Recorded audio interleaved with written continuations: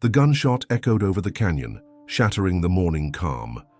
A cowboy stood above the swirling river, breathing hard, while below, a silent figure vanished into the shadows.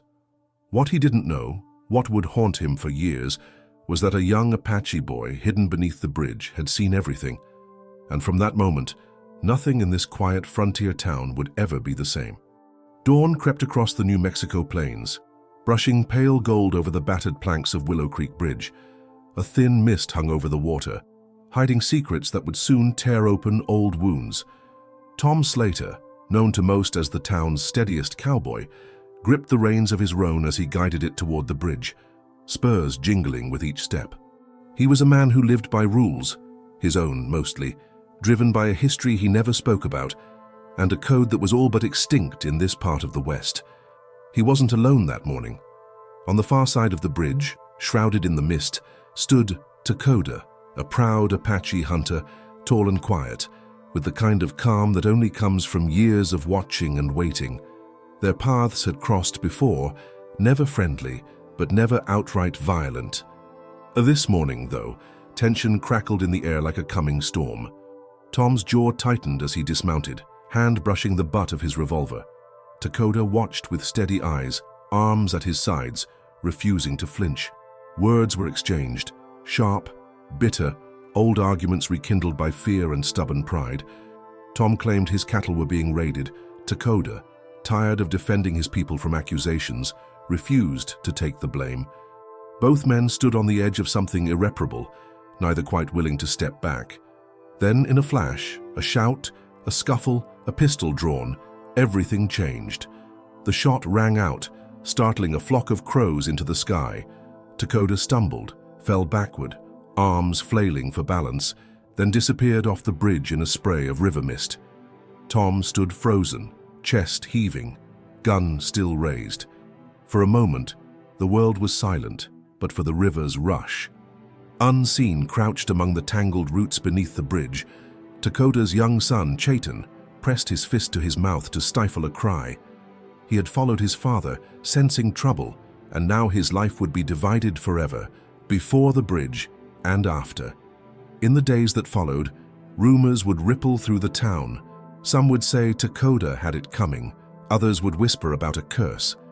But none would guess that a boy's heart, broken and burning with grief, was already plotting a quiet, impossible revenge. The river carried Takoda's body far from the bridge, its current erasing blood and secrets alike. By the time Tom Slater remounted his horse, the mist had thinned, revealing nothing but water and empty sky. He stood on the planks for a long minute, heart pounding so hard it almost drowned out the sound of his own guilt. He tried to tell himself it was self-defense, that Takoda had made a move, that he hadn't meant for things to end this way. But the truth gnawed at him with every heartbeat. He rode back into Willow Creek as the sun rose higher, painting the wooden storefronts and dust-choked alleys in warm, indifferent light. The townsfolk were already stirring. Mrs. O'Malley swept the porch of her boarding house.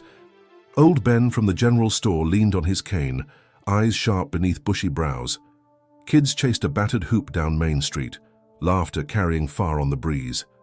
Tom nodded at the faces he passed, forcing his mouth into a grim line.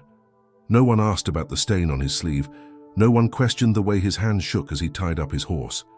Inside the sheriff's office, Tom faced Sheriff Dorsey, a heavy-set man with a lazy drawl and eyes that missed little. Dorsey took in Tom's story, listening as the cowboy recounted the confrontation in clipped, careful words.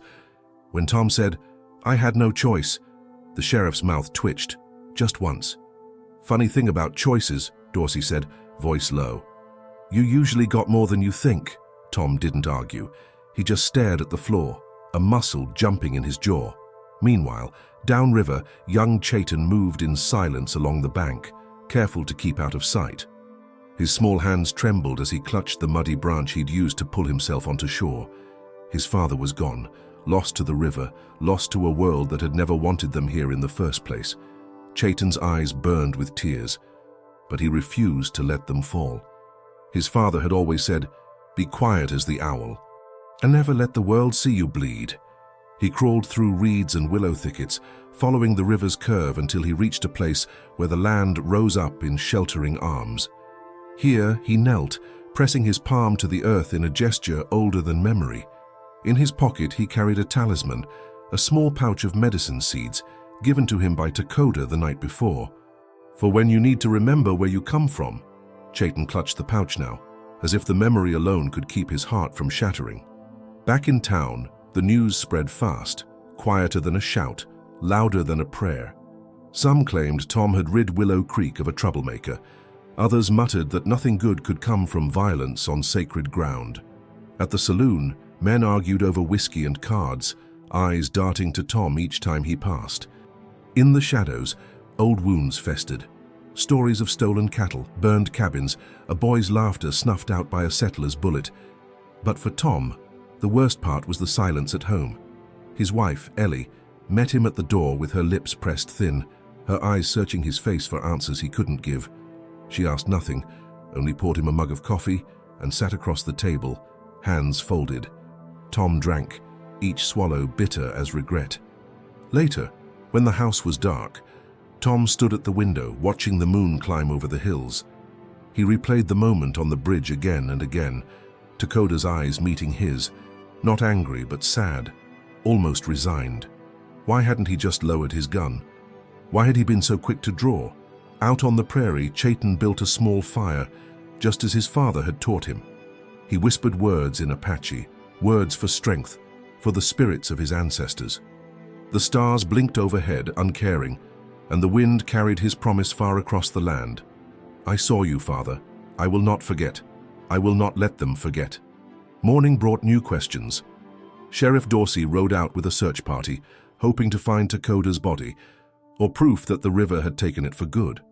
But as the men combed the muddy banks, Chaitan watched from a distant ridge, hidden by brush and shadow. He saw the way Tom avoided the water's edge. He saw the way the sheriff kept glancing at Tom, suspicion growing behind his eyes. Back in Willow Creek, whispers thickened. A woman at the well claimed she'd seen a figure in the woods that dawn, small, fast, like a fox on two legs. Others said the bridge was cursed now, that no good Christian should cross it until a preacher blessed the river. Tom tried to drown his guilt in work, in chores, in endless rides across the range. But everywhere he went, he felt eyes on him. He heard the phantom echo of a boy's cry beneath the bridge. At night, when he closed his eyes, he saw Takoda's hand reaching for balance, then vanishing into the mist. Meanwhile, Chaitan began to plot. Alone in the wild, he gathered what little food he could, sharpened a stick for protection, and kept his father's pouch close. He watched Tom from afar, learning his routines. He listened to the townsfolk's words, learned their fears. Every day he grew stronger, not with hatred, but with a resolve as sharp as any knife. He would find a way to honor his father's spirit. He would not become a ghost, erased by the river and forgotten by men who called themselves just. As the days passed, Willow Creek seemed to hold its breath. The river ran dark beneath the bridge. And somewhere, a young boy's vow began to ripple outward, promising that what was done in secret would one day be answered in the light. Tom Slater awoke before sunrise, sweat chilling his brow despite the lingering summer heat. He barely slept now, haunted by memories that wouldn't let go. Each time he closed his eyes, he saw the glint of the river, the moment Takoda's hand slipped, and the way the boy, he'd seen him, hadn't he, stared with a look that pierced deeper than any bullet. Tom's hands trembled as he dressed. The world outside was calm, but inside him a storm raged that would not be stilled. Ellie watched her husband move through the morning with a heaviness she had never seen before. She did not ask questions, but her eyes lingered on him, worried and searching. She understood too well that some wounds could not be bandaged, that a man might carry shame heavier than any saddle. Down by the river, Chaitan moved quietly, living by his father's old lessons. Keep low, keep hidden, observe everything. He had found a hollow between the roots of a cottonwood where he could sleep, shrouded by branches and noise from the water. Hunger gnawed at him, but he was used to hunger. What he wasn't used to was the cold that crept in each night, the kind of cold that came from losing the one person who made the world feel safe.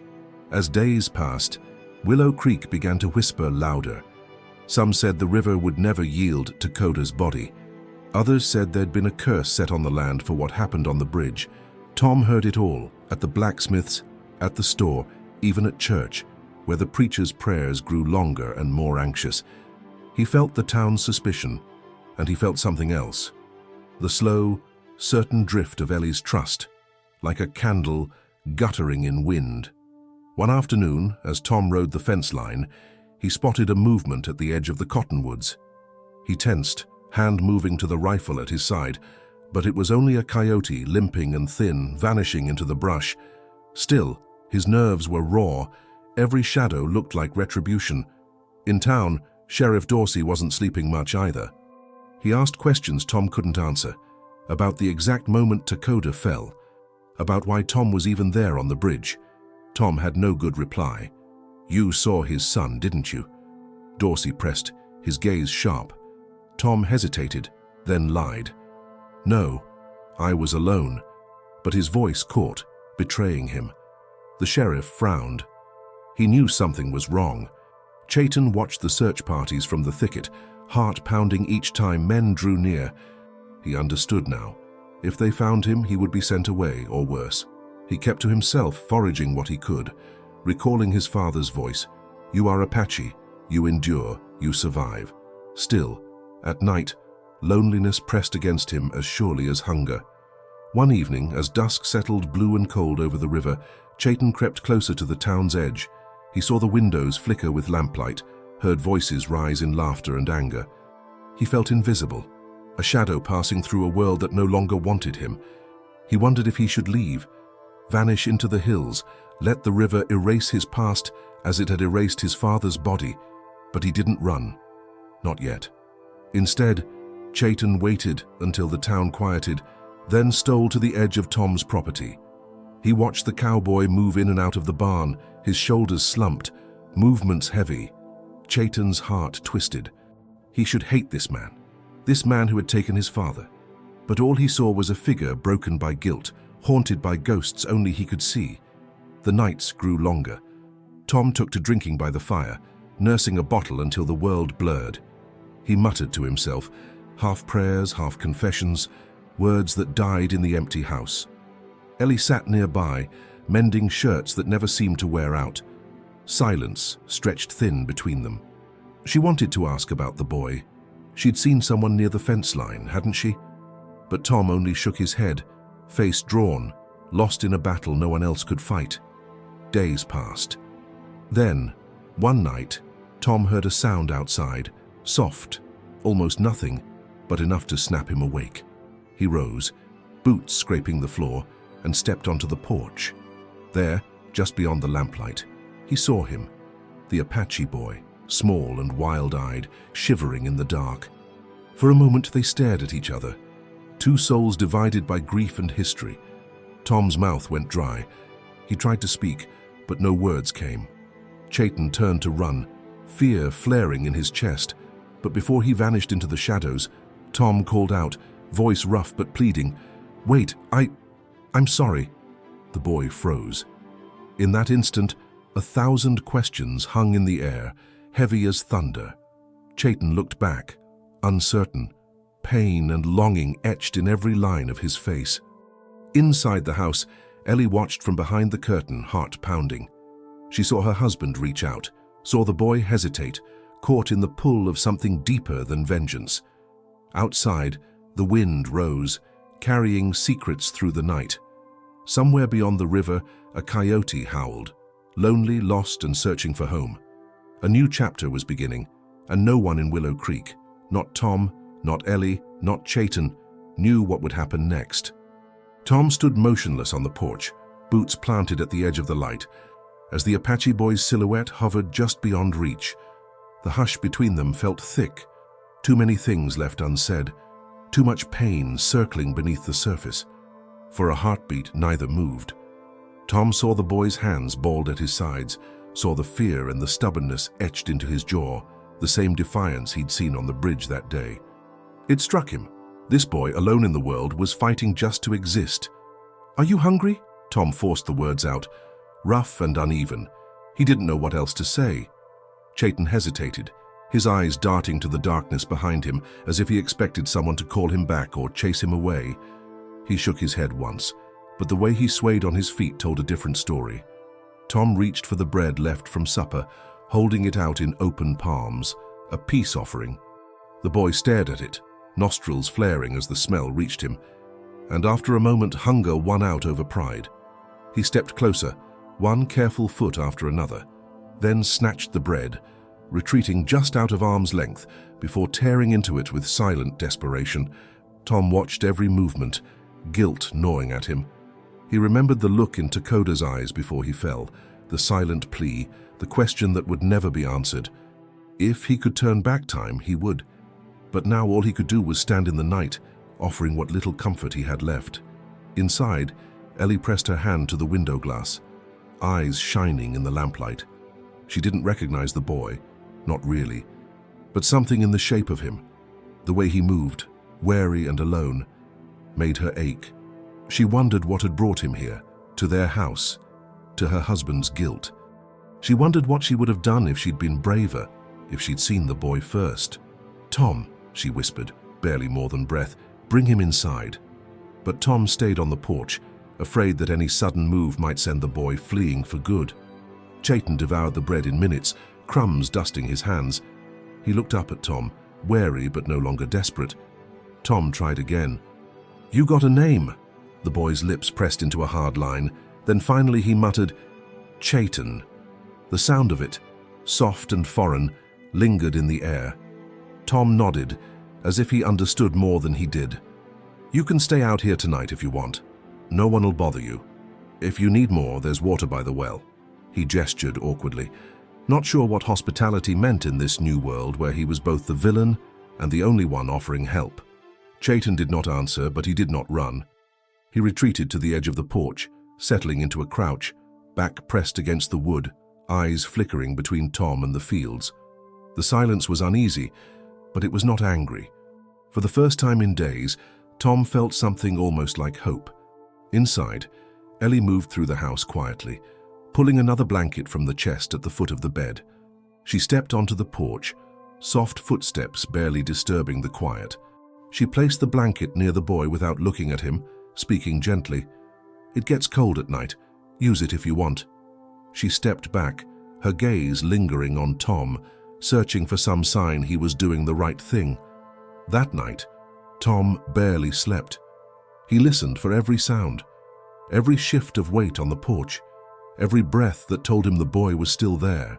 He remembered stories his father told of old blood feuds, debts that could never be repaid, and wondered if this was how it started. Two families tied by tragedy, trying to make peace in a world that wanted none. Chayton slept fitfully, haunted by dreams of the river, the bridge, and his father's voice lost in the current. When he woke before dawn, the blanket was still draped over him, heavy with unfamiliar warmth. He looked at the house, at the man and woman inside, and felt something he could not name, a longing for safety or maybe just an end to running. When the sky began to lighten, Tom stepped onto the porch again, steaming mug in hand. He nodded at Chayton, trying to keep his voice steady. "You can come in for breakfast or not, up to you."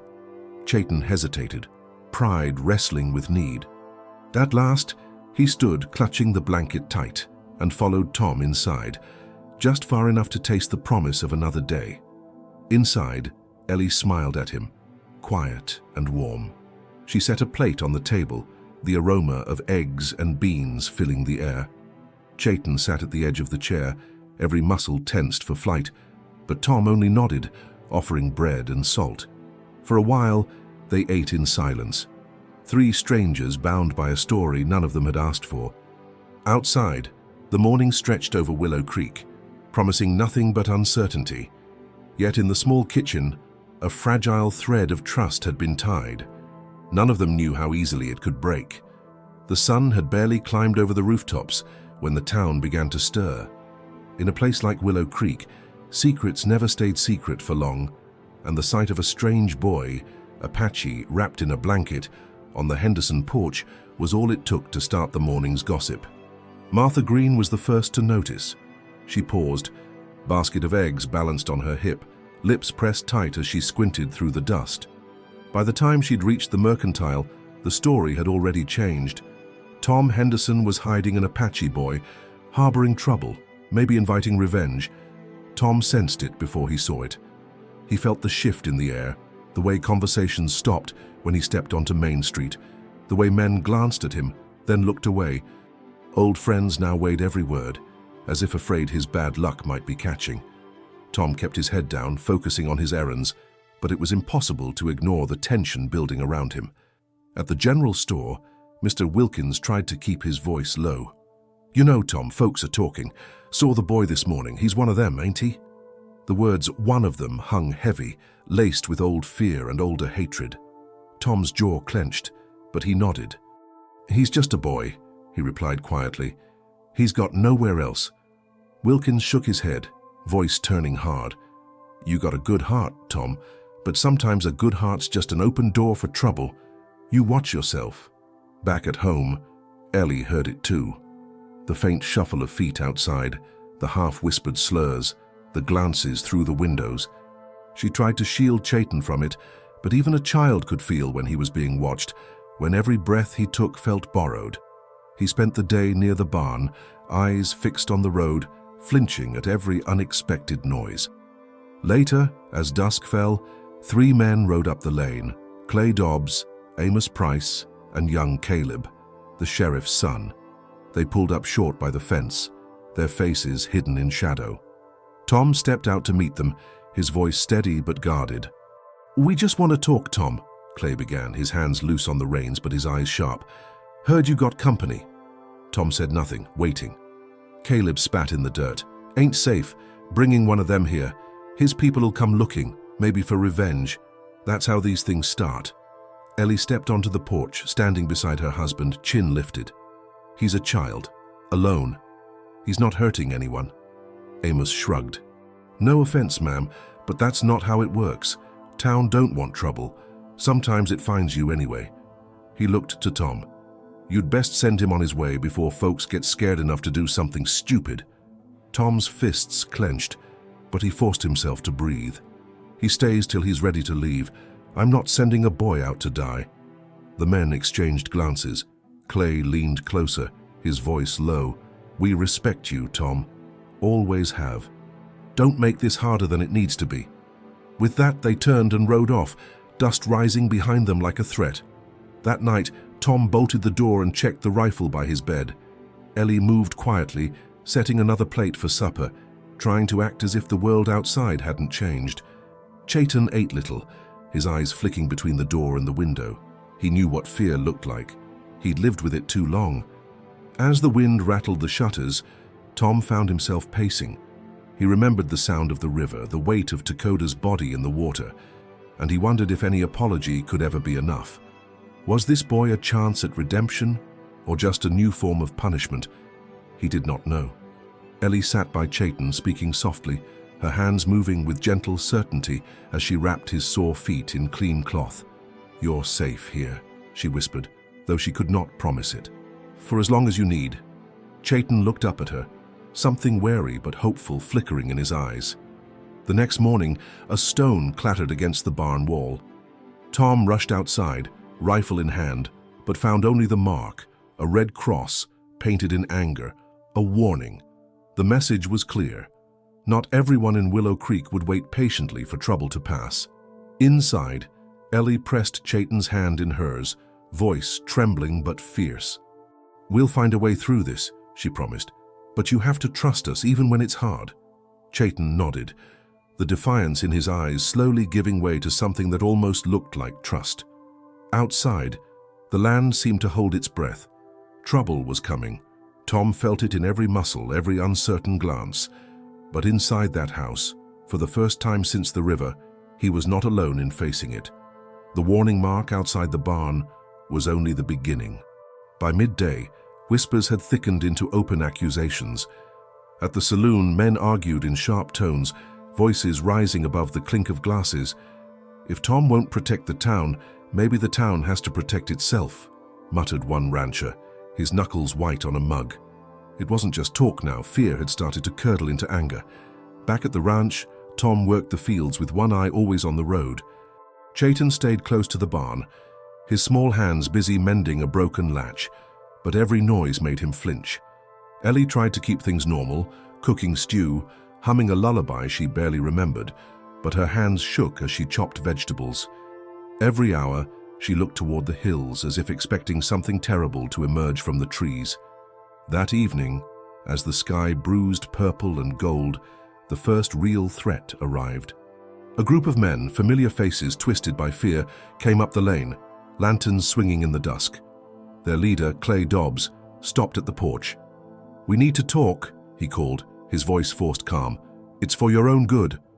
Tom stood in the doorway, Ellie behind him, Chayton pressed against her skirt. Clay's eyes slid to the boy, then away. "People are scared. Some want to take matters into their own hands. You need to send him away, Tom. Or we can't keep you safe." Tom's patience finally snapped. "You think he's a danger? He's lost everything. He's a child." His voice echoed in the quiet, but it only seemed to harden Clay's stance. "You know how these things go.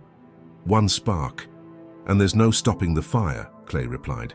"You're a good man, Tom. Don't put us in a position we'll regret." The group left, but the threat lingered in the air like smoke. Inside, Ellie knelt by Chayton, her voice trembling. "We won't let anyone hurt you, but you need to stay close. No wandering. Not now."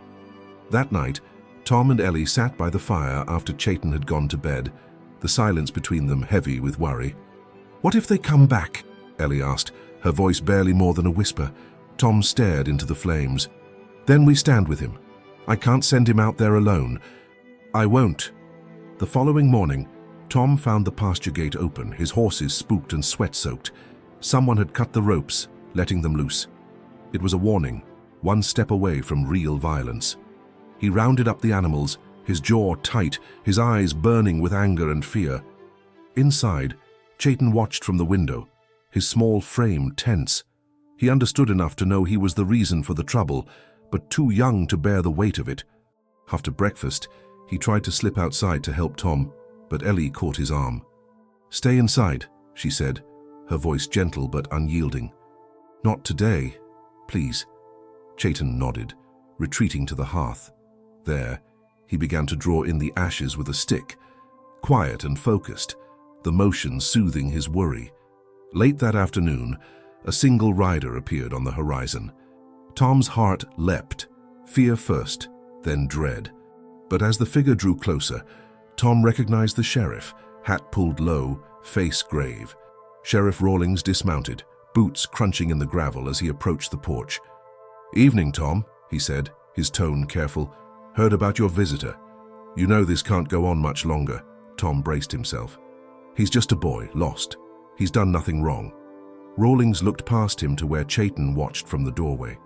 His expression softened, just a little. "My mother was part Comanche. Folks forget that. They don't forget much else, though." He hesitated, then added, "You need to be careful. People are scared. When they're scared, they do stupid things." Tom nodded, frustration simmering under his calm. "I'm not turning him out, Sheriff," Rawlings sighed. "Then you best keep your gun loaded and your door locked. That's all I can say." As dusk settled over the ranch, the house felt smaller, the shadows deeper. But in the quiet, a new bond was forming, slow, stubborn, and real. Ellie tucked Chayton into bed, her voice gentle. "We're not your family by blood, but we're your family now. Whatever happens, you're not alone." Outside, Tom stood on the porch, watching the sky fade from orange to indigo. He knew the storm wasn't over. If anything, it was just beginning. But as he glanced back at the window, where Chayton's face watched him through the glass, Tom felt something he hadn't known in years: resolve. That night, the air felt wrong. Ellie lay awake listening to the wind creak against the walls, every sound magnified by tension.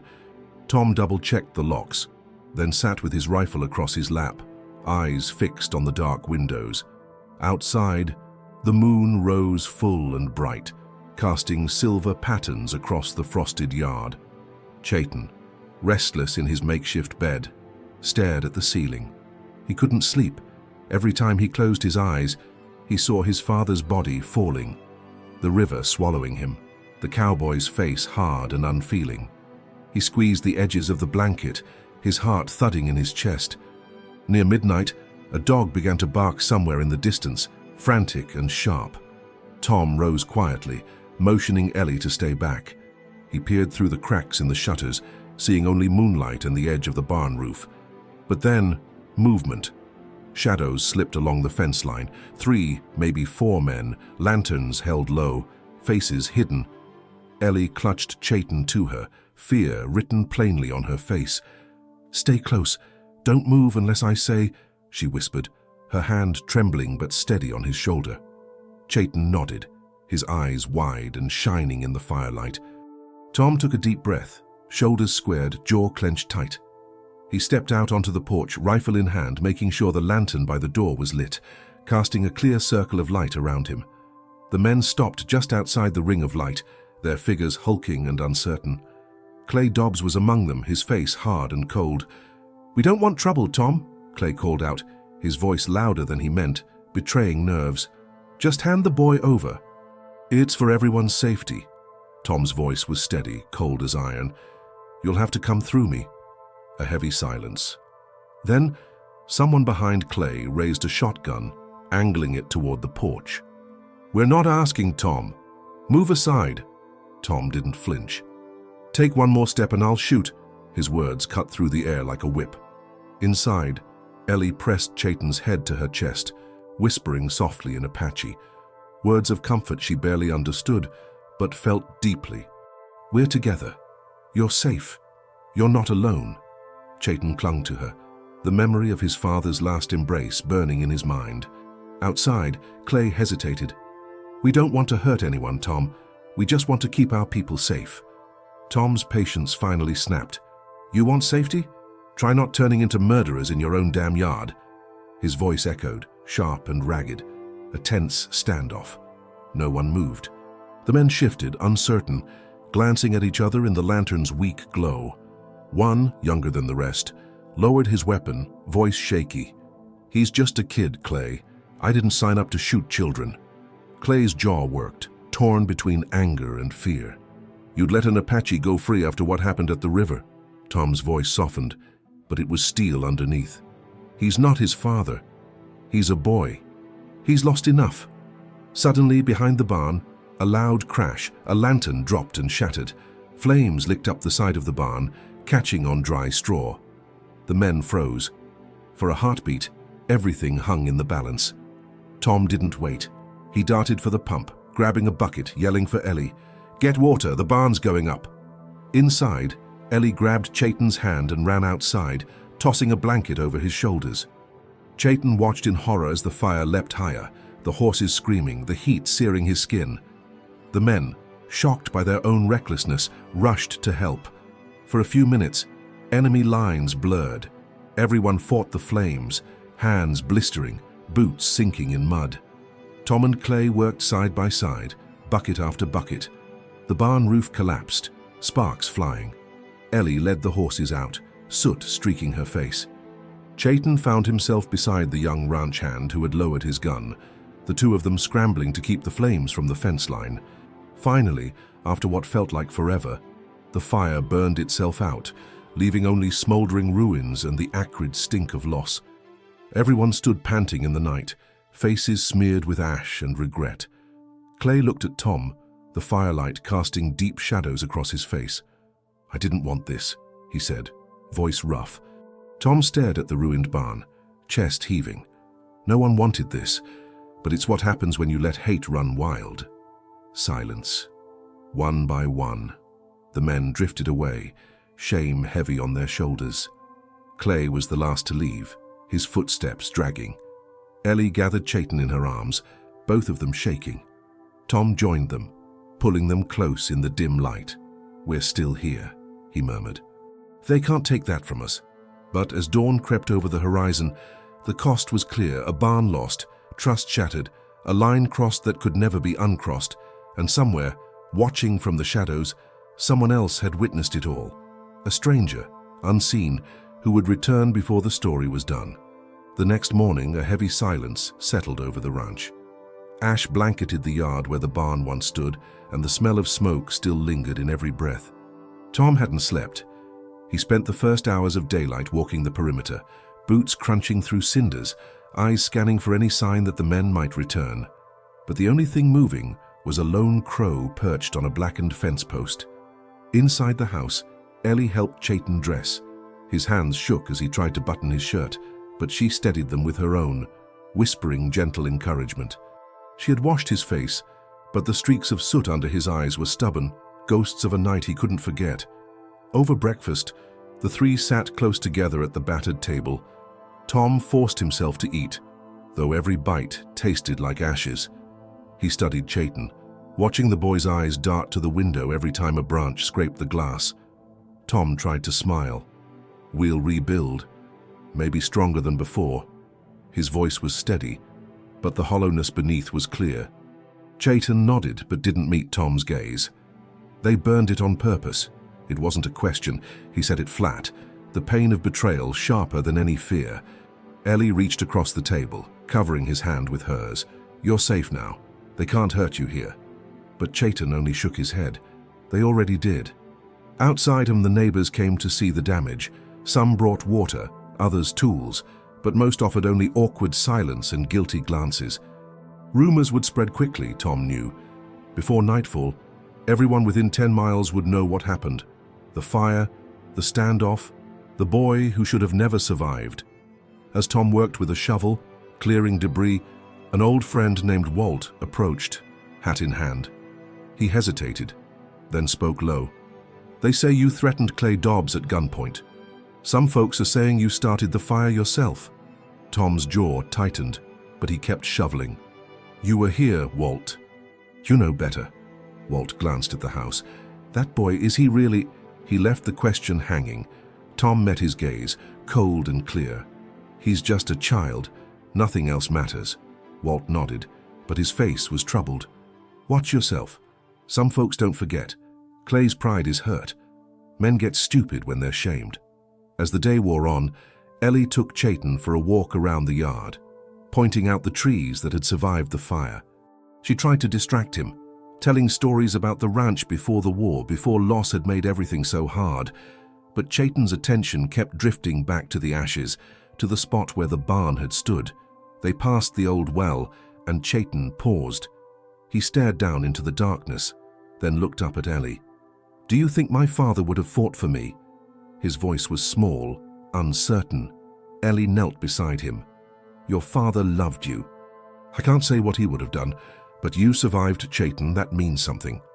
He looked at her as if weighing her words, then nodded. "I wish I could tell him what I saw." That afternoon, as Tom rebuilt the fence, he heard a soft whistle from the tree line. He froze, hand tightening on the hammer. A figure stepped out from the shadows, a woman wrapped in a faded shawl, her hair streaked with gray. She was Apache, but older, her eyes keen and searching. Tom straightened, wary. "You looking for something?" The woman nodded. "I heard about the boy. I knew his father." Her voice was rough, but not unkind. Tom glanced back at the house, lowering his voice. "He's inside. Why are you here?" She stepped closer, her eyes never leaving his. "There are things you need to know, about his family, about what happened at the river." Tom frowned. "I saw what happened." She shook her head. "Not all of it. His father wasn't running from you. He was running from someone else. Men who still want the boy gone." A chill crept up Tom's spine. "You mean Clay?" She shook her head again, softer. "Worse than him. White men, Apache, men with no loyalty to anyone but their own secrets." Tom felt the weight of her words settle like a stone in his chest. "Why come to me?" She looked at the house, then back at Tom. "Because you kept him alive. And now you're in it too." Without another word, she turned and melted back into the trees, her presence like a shadow, impossible to pin down. Tom returned to the house, troubled. He found Ellie and Chayton sitting together by the fire, Ellie reading quietly. He didn't speak of the woman, not yet. Instead, he sat down, gathering both of them close.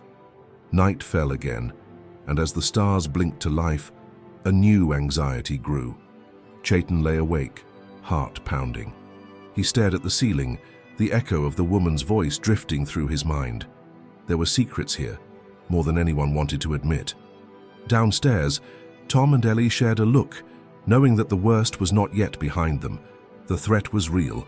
The fight for safety and for the truth was only beginning. The following days passed in uneasy peace, but beneath the routines of rebuilding, a tension lingered. Chayton grew quieter, his eyes tracking every stranger who passed the ranch. Ellie sensed it too, a heaviness in the air, a fear that something was coming. Even Tom, stoic as ever, double-checked the doors at night and slept with the shotgun beside the bed. One morning, as the sun barely warmed the frost on the fields, Chayton awoke to soft voices downstairs. He crept to the stairwell, careful not to be seen. Tom and Ellie sat at the kitchen table, their faces drawn and serious.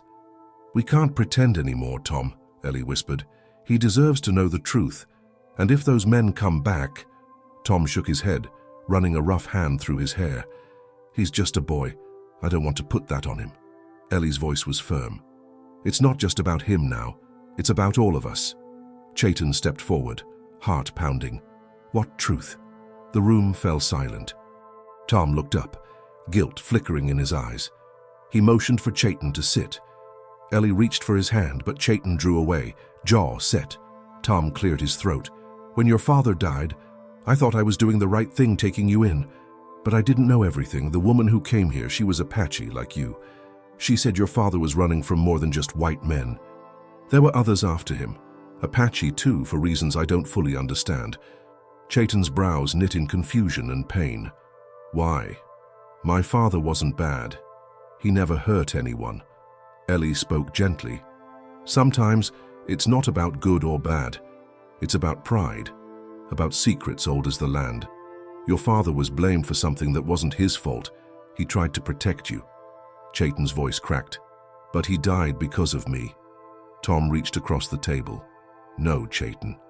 He died trying to keep you safe, and now it's our job to keep you safe, too." There was a long silence. The kitchen clock ticked loudly, every second stretching the pain. At last, Chayton nodded. "I want to know everything, even the ugly parts." Tom nodded back, respect in his eyes. "All right, we'll tell you what we know." Later that day, Tom rode out to town for supplies. He kept his head low, but could feel the eyes on him. Whispers followed him from the mercantile to the blacksmith, rumors swirling like smoke. As he loaded flour and nails into the wagon, Walt approached, glancing around before speaking. "You got trouble coming, Tom. Clay Dobbs is telling everyone that Apache kid set the fire himself, says you're covering for him." Tom's jaw clenched. "That's a lie." Walt leaned in closer. "Doesn't matter. Men want someone to blame. Some of them are talking about forming a posse. You'd better be ready." Back at the ranch, Chayton asked Ellie about the woman who'd visited. She said there were secrets. "Do you think she'll come back?" Ellie hesitated. "Maybe. She seemed to know more than she let on. If she does, we'll listen." As dusk fell, Tom returned, face grave. He gathered them in the parlor, locking the doors behind him. "We have to be careful. Clay's stirring trouble. I want you both to keep watch. Don't answer the door if you don't know who it is." Chayton nodded, a flicker of fear in his eyes replaced by something harder. Determination. He was tired of being afraid. That night, the wind howled across the plains, rattling the windows and making the rafters creak. Ellie tucked Chayton into bed, brushing his hair back from his forehead. "No matter what happens, you're family now," she said softly. "You hear me?" He nodded, blinking back tears. "I hear you." Downstairs, Tom loaded the shotgun, his mind churning with worry and anger. He thought of the woman's words, the secrets she hinted at. He wondered if he'd ever truly understand the boy he was trying to save. Near midnight, a noise sounded from outside. A rustle, then a knock at the door. Tom stiffened, motioning Ellie to stay back. He opened the door a crack, shotgun at his side. There, in the shadows, stood the Apache woman. Her face was lined with fatigue, but her eyes burned with resolve. "They're coming tonight," she whispered. "Not just Clay. Men from the old tribe, too. They want the boy." Tom's blood ran cold. Why? He's just a child. She shook her head. To them, he's proof of a shame they can't bear. They want to erase what happened, erase him. Ellie appeared behind Tom, her face pale. What do we do? The woman's gaze softened. You stand your ground, and you let him choose who he wants to be. That's all you can do now. With those words, she vanished into the darkness. Tom closed the door, every muscle tense. He turned to Ellie and Chayton, who had crept down the stairs, eyes wide. It's time, Tom said, voice low but unbreakable. We face this together. No more running. And as the family gathered in the parlor, bracing for the coming storm, a new strength settled between them. A bond forged not just by blood or law, but by choice. Night fell heavy and absolute, the moon a mere sliver behind rolling clouds. In the ranch house, every lamp was doused. Tom, Ellie, and Chayton crouched in silence, their nerves taut as wire. The shotgun rested across Tom's knees. Ellie kept a kitchen knife close, and Chayton clutched a heavy iron poker, his palms slick with sweat but steady. Outside, only the wind seemed to move. But somewhere in that darkness, footsteps gathered. Chayton's heart thudded so loud he feared it would give them away. Suddenly, a low voice called from the yard. Come out, Tom. This don't have to get ugly. Tom peered through a crack in the shutter. He counted at least 6 men, Clay Dobbs at their front, torch in hand, flanked by 2 ranchers and 3 more in the shadows. And behind them, shapes in buckskin, Apache men, faces hard and unforgiving, led by a tall figure with a feather in his hair. They've brought the tribe, Ellie whispered, her eyes wide with dread. Tom's jaw set. We don't open that door no matter what. Clay's voice carried through the night. We know the boy's in there. Send him out, and the rest of you stay safe. You keep hiding him. We'll come in and take what we want. Chayton felt cold rage build inside. He stood, head high, facing Tom and Ellie. Let me talk to them, he said. If I run, they'll never stop. If I face them, maybe they'll listen. Tom's grip tightened on the gun. Not a chance, son. But the Apache woman's warning rang in Ellie's mind. She stepped forward, voice trembling but clear. If you don't let him choose, he'll never be free. This is his life, Tom, not ours to shield forever. Chayton swallowed, nodded once, and stepped toward the door. Tom unlocked it, holding the barrel steady, eyes never leaving the crowd. Chayton stepped onto the porch, the night air sharp on his skin. Clay sneered, torchlight flickering across his cruel features. Well, look who found his courage. Your kind's got no place here, boy. The tribe wants to deal with their own. We're just helping clean up the mess. The Apache leader stepped forward, face like carved stone. He spoke in their tongue, and Chayton's knees nearly buckled at the sound, a language half remembered from childhood. The leader's eyes locked on Chayton, unreadable and full of history. You are the son of many horses, the leader intoned. Your father broke our laws. He ran with white men, brought shame to his name. But you have a choice. Come with us and answer for his crimes, or stay here and forever be a stranger to your blood. Tom raised his voice. He's done nothing wrong. He's a boy, just a boy. But the Apache men ignored him. The crowd of white ranchers pressed closer, some gripping ropes, others clubs. Ellie gripped Chayton's shoulder, her eyes shining with fear and love. Chayton's voice came out small but fierce. I didn't ask for any of this. I lost my father because of men like you on both sides, but I won't let you decide who I am. Clay laughed, ugly and loud. You don't get to choose, boy. We do. But then from the edge of the shadows, the Apache woman emerged again, her presence stopping everyone cold. Her voice was soft but cut through the anger like a blade. You have shamed yourselves enough, all of you. You judge a boy for his father's deeds. You hunt a child for peace you never earned. She turned to Chayton, meeting his gaze. What do you want, son? Chayton's voice shook. I want to stay here. I want to work this land. I want to live. The Apache leader studied him for a long, silent moment. Then he nodded, a gesture of grave acceptance. Then live. But know this. You carry the weight of both worlds. You must honor both or be lost to all. Clay bristled, sensing his moment slipping. He shoved the leader's arm, hissing, We said we'd drive him out, but the Apache men stepped back, forming a wall between Clay's group and the ranch house. "No more," the leader said. "The debt is paid." Rage twisted Clay's face. He lunged at Chayton, swinging his torch, but Tom fired the shotgun into the air, the blast splitting the night. Everyone froze. "Shall you set foot on my land again?" Tom shouted, voice thunderous. "You'll answer to me, law or not." Clay cursed and spat, backing away. The other men melted into the darkness, muttering, fear now outweighing their anger. The Apache leader met Chayton's eyes one last time. "You are Many Horses' son. Remember who you are." With that, he turned and disappeared into the night, his men following silently.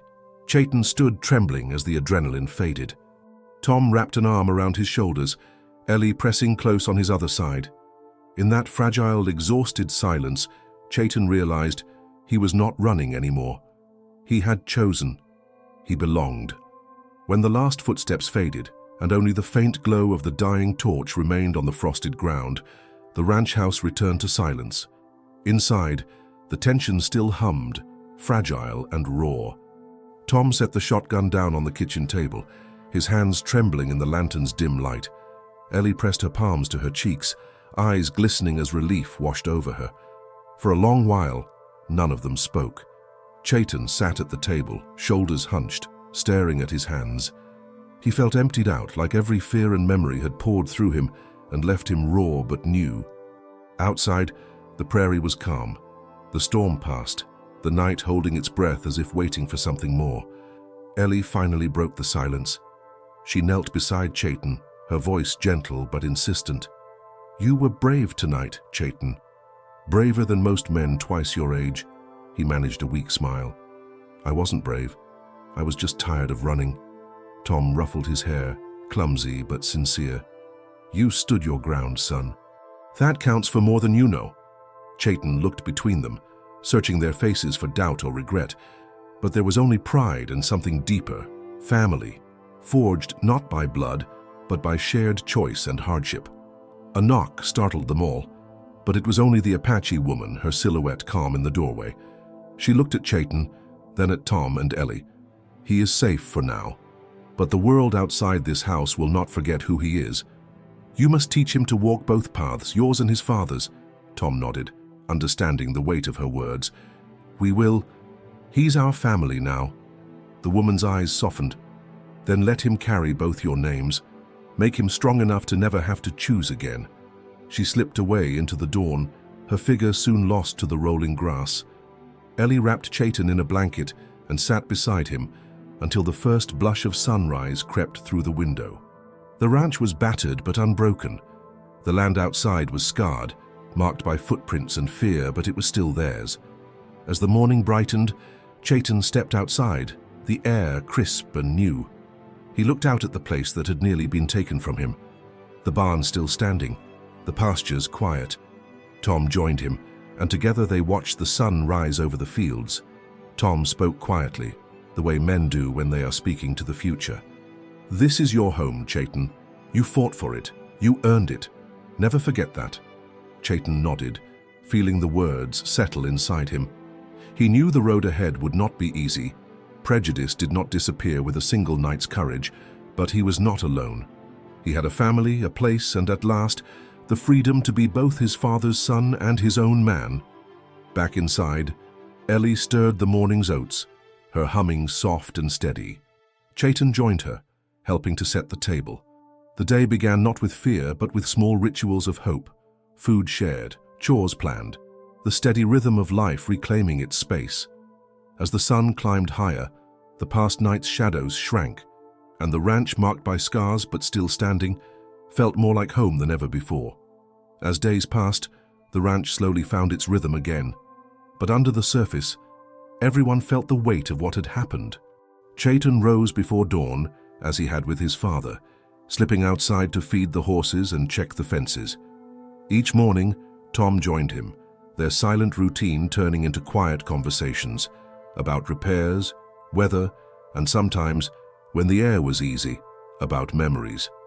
One chilly morning, Chayton lingered by the paddock, watching a wild mustang pacing the outer edge of the corral. Its eyes were wary, nostrils flared, mane tangled by wind and dust. Chaitan saw himself reflected in that animal, part outsider, longing for trust, uncertain but fierce. He spoke softly, not to tame, but to let the horse know it was seen. Inside, Ellie kept busy with baking and sewing, but she watched Chaitan closely. One afternoon, she found him tracing the patterns on his father's old leather saddle, fingers moving with quiet reverence. "You know," she said, "you don't have to prove anything to us, Chaitan. We see you for who you are." Chaitan shook his head.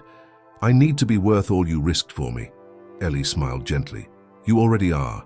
But this place, this life, it isn't just about surviving. It's about belonging." That evening, Tom gathered everyone by the fire. "We can't hide forever," he said, voice low but sure. "There'll be more trouble, maybe worse. But I won't run anyone off this land for the comfort of cowards. If you want to stay, Chaitan, you stay. If you want to find your people." Chaitan looked up and steady and certain. "This is my home. You're my family." Tom nodded. "Then we make it official. Tomorrow, we'll ride into town together. Let them see us as we are. No more hiding." Ellie's eyes shone with tears, fear and pride mixing in her heart.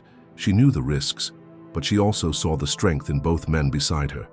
The next morning, with the sun still low and gold, the three rode into town, side by side. Heads turned, some faces hardened, others softened. Chaitan kept his head high, heart pounding but steady, Tom and Ellie flanking him with quiet resolve.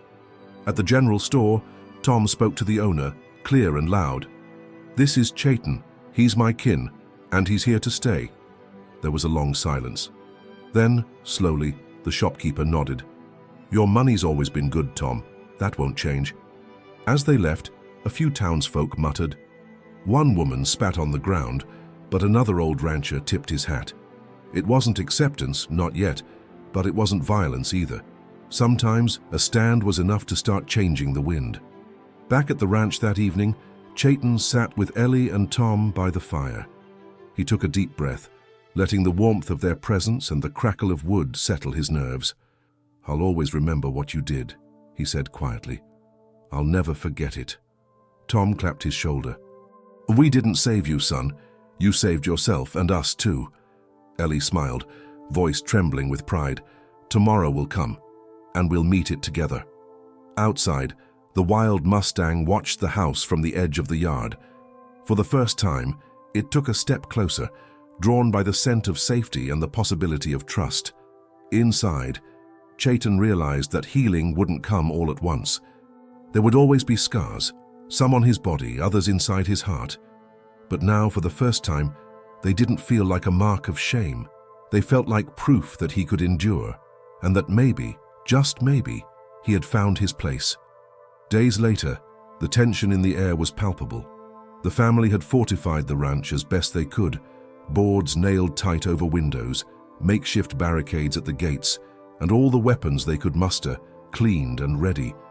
The storm outside had faded, but another storm was brewing, one of human fury and desperation. Samuel stood on the ridge overlooking the valley, his eyes scanning the horizon. He could see movement in the distance, figures approaching swiftly, their silhouettes sharp against the fading light. This was no ordinary raid. This was an assault meant to break their spirits and erase their claim. Maria joined him silently, wrapping a heavy cloak around her shoulders. Her gaze was steady, fierce. "They want us gone," she said quietly. "We'll give them a fight they won't forget," Samuel replied, voice low but resolute. Nantan, now older in demeanor though still a boy, stood behind them, clutching his whistle, the symbol of their warning system. He looked up to his father, eyes bright with determination. The attackers arrived under the cover of twilight, the last glimmers of sun casting long shadows across the land. Samuel and Maria led the defense, moving with practiced coordination born of hard days and harder nights. The first shots rang out, echoing across the open fields. The clash was brutal. Horses screamed, rifles barked, and the ground shook with the force of charging men. Samuel found himself locked in a desperate struggle with the scarred leader, their faces inches apart, breaths ragged and fierce. Maria fought beside him, her strength surprising even herself. She blocked a knife with a broken board and landed a hard punch that sent an attacker sprawling. Nantan, from his vantage point near the barn, blew his whistle again and again, calling for reinforcements they did not have but for which they hoped. As the battle dragged on, fatigue and pain gnawed at them all. Samuel's arm burned where a bullet grazed his sleeve. Maria's leg throbbed from a fall. Nantan's hands were raw from clutching his whistle. Then came the turning point. Amid the chaos, a sudden roar echoed through the valley, the sound of horses galloping hard and fast. From the tree line appeared figures riding fiercely toward the ranch. Local neighbors, alerted by the whistle and the gunfire, had come to aid. Their arrival tipped the scales. The attackers, now faced with unexpected opposition, faltered and broke. Samuel seized the moment, rallying his family and allies, pushing the invaders back with a ferocity born of desperation. As the last riders fled into the night, Samuel stood amidst the wreckage of the battlefield, chest heaving, eyes burning with relief and triumph. Maria found him then, wiping sweat and dirt from her brow. "We did it," she whispered. "We did," Samuel echoed, voice thick with emotion. Nantan ran up, face flushed with excitement. "They're gone. They won't come back." Samuel looked out across the valley, feeling the weight of the fight lifting. "For now," he said, "but we'll be ready." That night, as the family gathered around the fire, wounds tended and spirits lifted, Samuel felt a profound sense of peace settle over him. The ranch was more than land and fences. It was home, sanctuary, and symbol of resistance. Maria reached over, taking his hand in hers. "You gave her a chance," she said softly, "and she gave you back everything." Samuel nodded, eyes reflecting the flickering flames.